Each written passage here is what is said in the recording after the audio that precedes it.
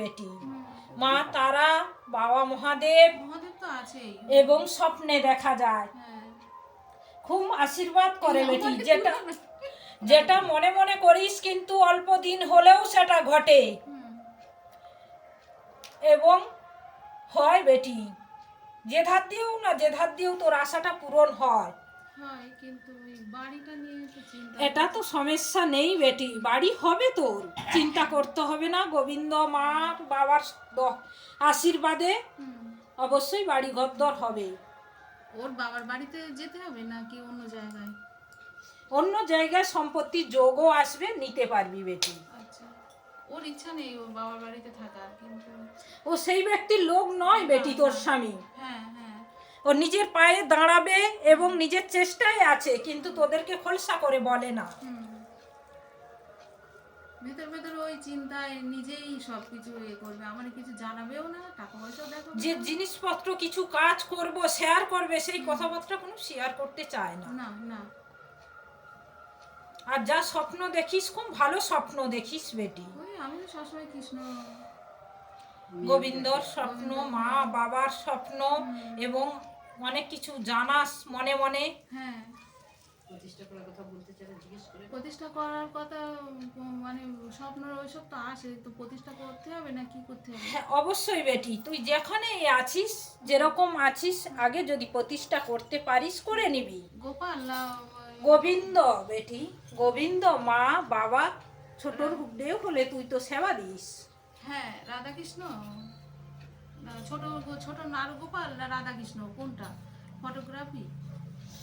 গোবিন্দকে সেবা দিচ্ছিস, তার সঙ্গে মা বাবাও প্রতিষ্ঠা হতে চেয়েছে। হ্যাঁ হ্যাঁ, আমার মেয়েরও স্বপ্ন দিয়েছে ওরকম, এবং সামনে গোপালও আছে। হ্যাঁ, দীক্ষাটা নিয়ে নিবি বেটি, নিলে আরো সম্পূর্ণ সবকিছু লাভ করতে পারবি। কখন কি মনে আসছে কিন্তু ভুলে যাস কিছু কিছু কথা, সব ভুলে যাচ্ছি আর মাথায় কোনো যখন তখন কাজ করে না, গভীর চিন্তা করিস। ওই আর যখন বেশি চিন্তা হয় হরিনাম করি, আমার আর মানে এই করি, সবকিছু পথ দেখিয়ে দিচ্ছে কিন্তু ধরতে পারছিস না। না না, আমি একা একা তো, একদম একা। বাবা আমার চলে গেল আর একদম পুরো একা।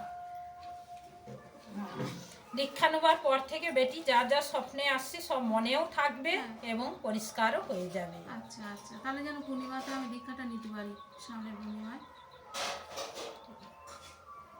টাকা পয়সাটা দেয় না, না ওইটাই তো।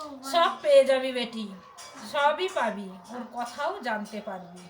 আচ্ছা, ও অন্য কথায় গেছিল বেটি। কে? হাজবেন্ড? ও কি করেছে? কিছু করেছে না কি করেছে? অন্য কোথাও গিয়ে নিজের ব্যাপারে কিছু জেনে নিজে কিছু জিনিস ব্যবহারও করেছে। হ্যাঁ, হাতে একটা তাবিজ আছে, সে অনেক দিন থেকে নিজে যাচাই করে নিজের ভাগ্য চক্র সব কিছু যেচে নিজে জেনে সেই জিনিস ধারণ করে আছে।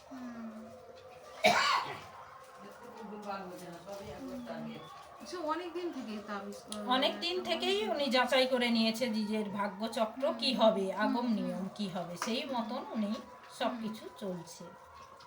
এখন এখন যা কিছু হবে সব ভালোই হবে, তাই তো? হ্যাঁ রে বেটি, আচ্ছা, ভাবনা চিন্তা করতে হবে না, ওনাদের চরণে যখন ছেড়ে দিয়েছিস অবশ্যই সব ভালো হবে, বাবা মার কি পায়। ওই সবই গোবিন্দর ইচ্ছা, আমার আর কিছু আর চিন্তা করতে চাই না।